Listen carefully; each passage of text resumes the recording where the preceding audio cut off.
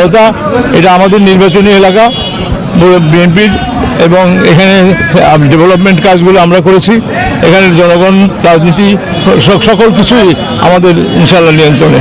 তো সেজন্য ভোটটা ঈদের সমারোহে হবে, ফুর্তিতে হবে, উৎসাহ হবে, এবং আমাদের তারেক রহমান আসতেছেন, সে আসলে এই নির্বাচনটা আরও তুঙ্গে চলে যাবে। দীর্ঘ বছর পর এমন একটা নির্বাচনের সারা জেগেছে, সেই ক্ষেত্রে আপনারা জনগণের সারা পাচ্ছেন কেমন? জনগণ সারা প্রকৃতপক্ষে বিএনপি দাঁড়ালে এখানে এই অঞ্চলের অবস্থা ভিন্নতর হয়, কিন্তু আমরা বিগত দিনে এই আশায়ও জনগণ বিগত দিনে ভোট সেন্টারে গিয়েছে, কিন্তু তারা ভোট সেন্টারে যে নির্যাতন পেয়েছে সেজন্য তারা একটা রিভেঞ্জ চায়, কিন্তু রিভেঞ্জ করবো কাদের বিরুদ্ধে? তা তো নাই। নির্বাচনের পরিবেশ ঈদের সমারোহের মতো হবে।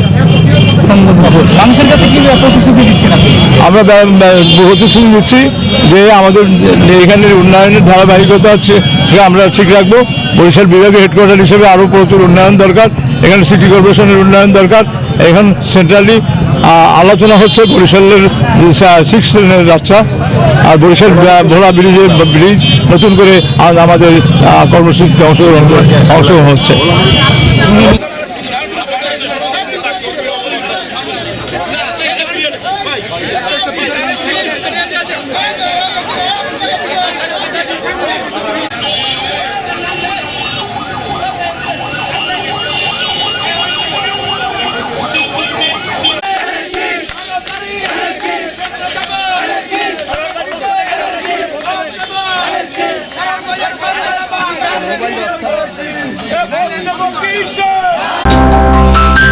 অগ্রযাত্রা প্রতিদিন,